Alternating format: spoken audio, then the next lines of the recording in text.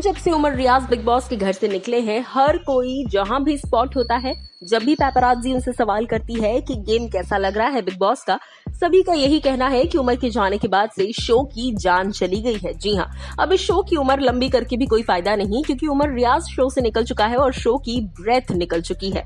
Well, hello guys and welcome to movies Adda. हम सभी जानते हैं कि Umar Riaz was one of the important factors of the show, लेकिन उमर के इस अनफेयर एविक्शन के बाद हर तरफ एक रेज आ चुका है। बिग बॉस सीजन 15 को बिल्कुल भी अच्छी टीआरपी नहीं मिल रही है। नॉट ओनली टीआरपी, लेकिन फैंस इस शो को बिल्कुल भी एंजॉय नहीं कर रहे हैं। हाल ही में उमर रियाज ने खुद इस बारे में बात की। जी हाँ, उमर रियाज से जब इस बारे में पूछा गया तो उमर का कहना है कि मुझे महसूस हो रहा था घर के अंदर रहकर कि किस तरीके से बार बार मेरा कॉन्फिडेंस तोड़ा जा रहा है।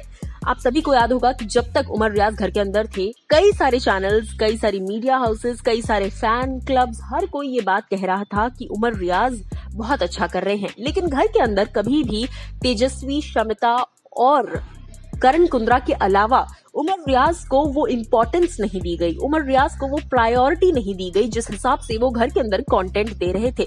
लेकिन आपको बता दूं कि उमर ने भी इस बात को एक्सेप्ट किया है। जी हाँ, यानी कि बाहर जो फैंस महसूस कर रहे थे उमर को लेकर, वही वो अंदर भी महसूस कर रहे थे। उमर का कहना है कि मुझे अंदर हर हफ्ते डांट पड़ती थी, हर हफ्ते मुझे कहा जाता था कि मैं अच्छा नहीं कर रहा, जबकि शो में ऐसे बहुत सारे लोग थे जो कुछ भी नहीं करते थे। मैं हर हफ्ते अपना कॉन्फिडेंस जुटाता था और फिर खड़ा होकर वो जंग लड़ता था, फिर खड़ा होकर मैं वापस से टास्क में अपना 100% देता था। लेकिन जब भी वीकेंड का वार पर मुझे कहा जाता था कि मैंने अच्छा परफॉर्म नहीं किया है, तो एक्चुअली में मुझे एक पल को ये लगने लग गया था कि क्या मैंने ये शो कर गलती तो नहीं कर दी।